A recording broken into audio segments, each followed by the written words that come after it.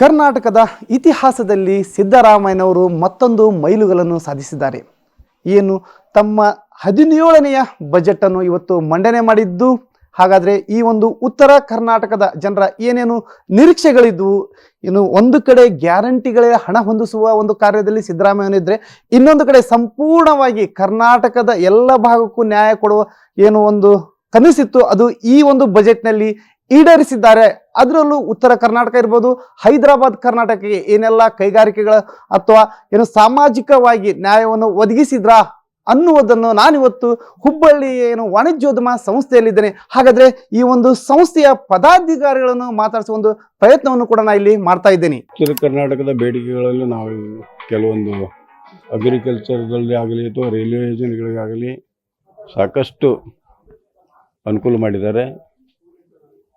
ಮತ್ತು ಈ ನಮ್ಮ ಕೆಲವೊಂದು ನೀರಾವರಿ ಯೋಜನೆಗಳನ್ನು ಸಹಿತ ಉತ್ತರ ಕರ್ನಾಟಕ ಕೊಟ್ಟಿದ್ದು ಉತ್ತಮ ಬೆಳವಣಿಗೆ. ಅದರಂತೆ ಗದಗದಲ್ಲಿ ಬರುವ ಕಪ್ಪತ್ತಗುಡ್ಡ, ಲಕ್ಕುಂಡಿ ಇದರಲ್ಲಿ ಪ್ರವಾಸೋದ್ಯಮ ಸರ್ಕ್ಯೂಟ್ ಸ್ಥಾಪನೆ ಮಾಡಿದ್ದು ಸಹಿತ ಒಂದು ಅತ್ಯುತ್ತಮ ಕೊಡುಗೆ.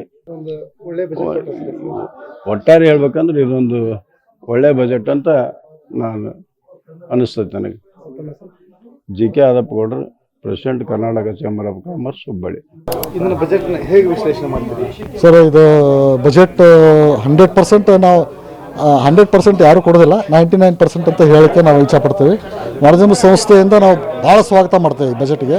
ಯಾವಾಗಲೂ ನಾವು ಏನಿದೆ ಎಲ್ಲ ಮಲ್ತಾಯಿ ಧೋರಣೆ ಆಗ್ತಾಯಿದೆ, ನಾವು ಮಲ್ತಾಯಿ ಧೋರಣೆ ಆಗ್ತಾಯಿದೆ ಅಂತೇಳಿ ದರ್ಸತಿಗೆ ಎಲ್ಲ ಇಲ್ಲಿ ಮಂತ್ರಿಗಳು ಬಂದವ್ರಿಗೆ ಎಲ್ಲರಿಗೂ ನಾವು ಹೇಳ್ತಿದ್ವಿ. ಉತ್ತರ ಕರ್ನಾಟಕಕ್ಕೆ ಯಾವತ್ತೂ ಲಕ್ಷ್ಯ ಮಾಡ್ತಾರೆ.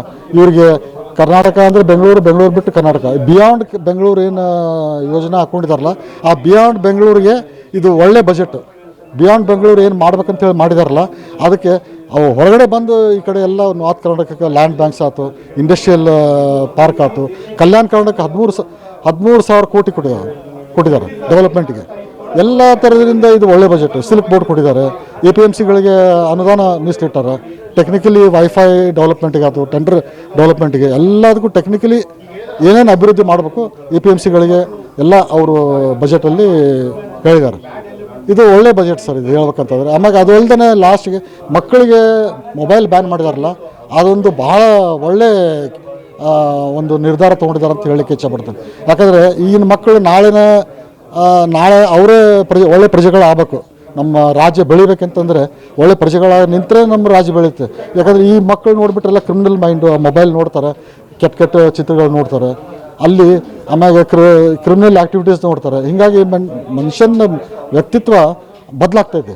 ಇದರಿಂದ ಇದೇನು ಮಾಡಿದಾರಲ್ಲ ಇದು ಒಳ್ಳೆ ಯೋಜನೆ. ಇದನ್ನು ಮುಂದುವರಿಸಬೇಕು.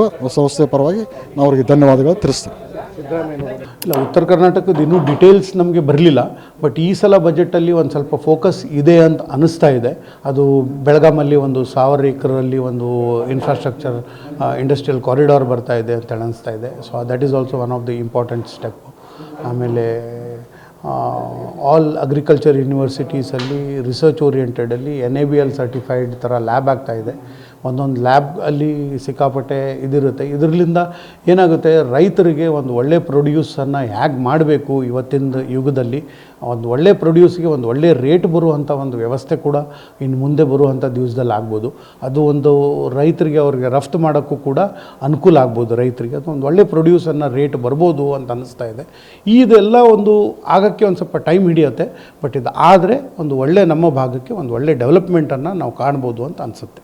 ನಾನು ಉದಯ್ ರೇವಣ್ಕರ್ ಅಂತೇಳಿ, Karnataka chamber of commerce and industries. So ಈ ಚಲೋ ಯೋಜನೆ ನಾ ಹೇಳ್ತೀನಿ ಸರ್. ಎದಕ್ಕಂತಂದ್ರೆ ಕೊರೋನಾ ಟೈಮ್ನಾಗೆಲ್ಲ ನಾವು ನೋಡೇವಿ ಹುಡುಗರು ಹೆಂಗೆ ಸೋಷಿಯಲ್ ಮೀಡಿಯಾಗೆ ಎಡಿಕ್ಟ್ ಆಗ್ಯಾರ ಅಂತಂದು.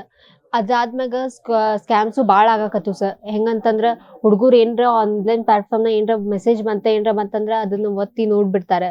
ಅದರಿಂದ ಬ್ಯಾಂಕ್ನ ಡೀಟೇಲ್ಸ್ ತೊಗೊಂಡು ಮನಿ ಎಲ್ಲ ಕಟ್ ಆಗತೈತಿ. ಅವ್ಕೂರನ್ನ ಅದ್ರ ಬಿಟ್ಟು ಕುಂದರ್ ಅಂತಂದ್ರೂ ಅವು ಒಪ್ಕೊಳ್ಳೋಂಗಿಲ್ಲ, ಜಗಳ ತೆಗಿತಾರೆ ಮನ್ಯಾಗಿನವ್ರ ಜೊತೆ.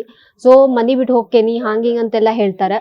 ಅದು ಪ್ರಾಬ್ಲಮ್ ಕ್ರಿಯೇಟ್ ಮಾಡಾಕತ್ತೈತಿ. ಮಕ್ಳದ ಮೈಂಡ್ ಮ್ಯಾಗ ಅದು ಎಫೆಕ್ಟ್ ಭಾಳ ಕೊಡಾಕತ್ತೈತಿ.